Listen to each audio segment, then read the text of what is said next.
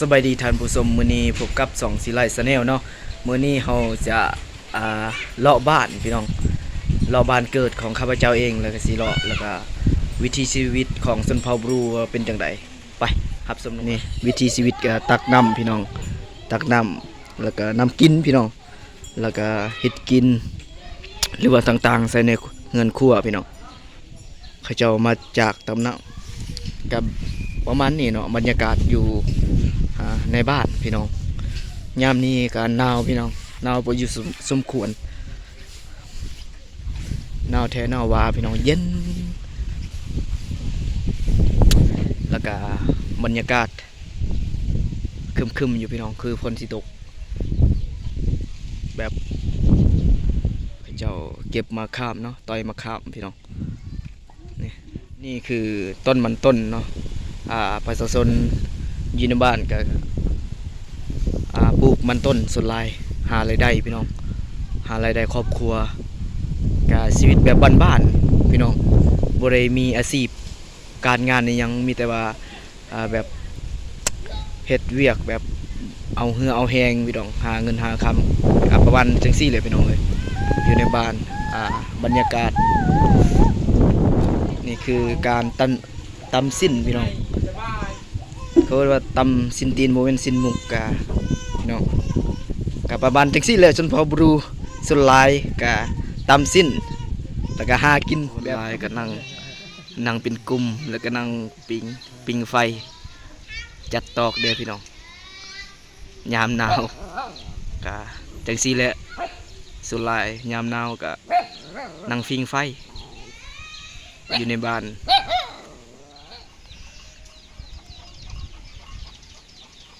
นี่เป็นน้ำกอกที่ในบ้านเขาตักอยู่เนาะเขาตักสุไลแล้วก็ต้มกินอาบอยู่นี่แหละพี่น้องอยู่ในบ้านมีแต่ซองน้ำกอกใครเจ้าหน้ามดแดงพี่น้องเขาได้เจ้ามดแดงเขาก็หากันมาแต่ป่าพี่น้องเขาเลือกมดแดงอยู่พี่น้องเลือกตัวเมออกเนาะใครเขาสิไปขายพี่น้องมดแดงที่ปลาได้เนาะเขาเจ้าได้พี่น้องจากธรรมชาตินี่คือปลาข้าพเจ้าปลาทางเสื้อสายทางแม่นี่ก็น้องเนาะร้านเราอันนั้นอยู่ครับเลือกให้ไข่มดแดงงาม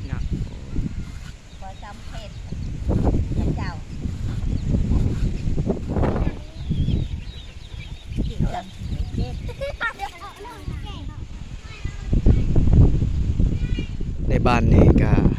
ประมาณ77หลังคาเรือนนี่เป็นบ้านหมดเพราะในเขตนี้กับบ้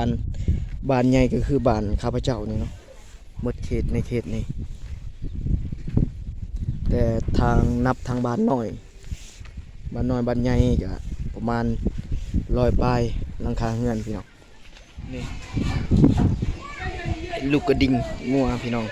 ข้าพเจ้าเฮ็ดลูกกระดิ่งงัวแล้วก็ทางนาเบาก็เฮ็ดเฮือนครัวบ่อนแต่งกินแล้วก็พระเจ้านึ่งข้าวอยู่ตารางเพราะว่ายังบ่มีเฮือนครัวพี่น้องแล้วก็ใส่เล็กเลื่อยอยู่พี่น้องเพราะว่าบ่มีงบประมาณในการซื้ออุปกรณ์ในการเฮ็ดเฮือนก็เลยต้องใส่แรงงานด้วยตัวเองพระเจ้าเฮ็ดกระดิ่งงัวหรือว่ากระดิ่งแบะพี่น้องอยู่ในสุรายผลิตเองเพราะว่าห่างจากตัวเมืองไล30 กิโลพี่น้องแล้วก็เฮ็ดเองทุกอย่างบางเทื่อก็คือน้ำมันนี่เฮ็ดบ่เป็นก็ต้องไปซื้ออยู่เมืองพี่น้องแล้วก็แต่ว่าสุรายแบบว่าเครื่องใช้สิ้นบ่อย่างก็ตำเองฟืนไฟก็หาเองแถวป่านี่นะพี่น้องเงียบมาได้จืดเลยเบิดได้บ้านกะ2 หานนี่แหละพี่น้อง2 หานนี่แล้วก็หานนี่ให้เจ้าเพราะว่าเงินสารบ้าน2ก็หลายอยู่พี่น้องแต่ว่า2 หานนี่แหละมีในบ้านนี่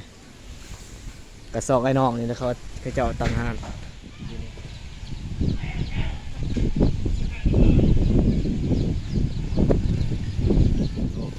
ตำชิ้นพี่น้องเพราะว่านี่โซลายกับจังซี่แหละโซลายเขาก็ตำชิ้นบ่ว่าชิ้นมุกเลยชิ้นตีนหลายอย่างที่เขาตำนี่คนเฒ่าโซลายก็เอาล้านพี่น้องเอาล้านบรรยากาศก็ครึมๆเนี่ยพี่น้องฝนสิตกเลย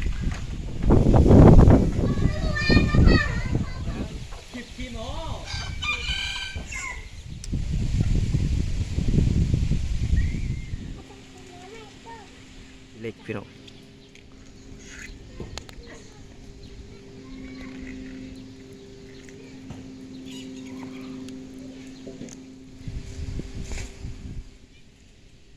เขาจุ่มว่านั่นมดแดงพี่น้องเพราะว่าเขาได้มดแดงยามนี้ยามอันนั้นหามดแดงเนาะหาเงี้ยมดแดงแล้วก็เขาเจ้าได้เด็กน้อยบ้านนอกกับจังซี่เลยพี่น้อง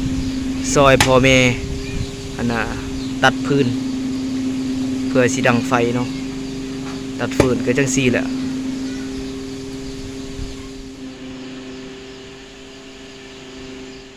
ก็เลาะบ้านทั่วที่เฮมห้อยเลยเนาะแล้วก็หลังจากนี้ก็สิปิดคลิปนี้สำหรับคลิปนี้ก็สิจบเพียงเท่านี้แล้วก็ฝากกดไลค์กดแชร์และกดติดตามนำเนาะพี่น้องเนาะเอาบ๊ายบาย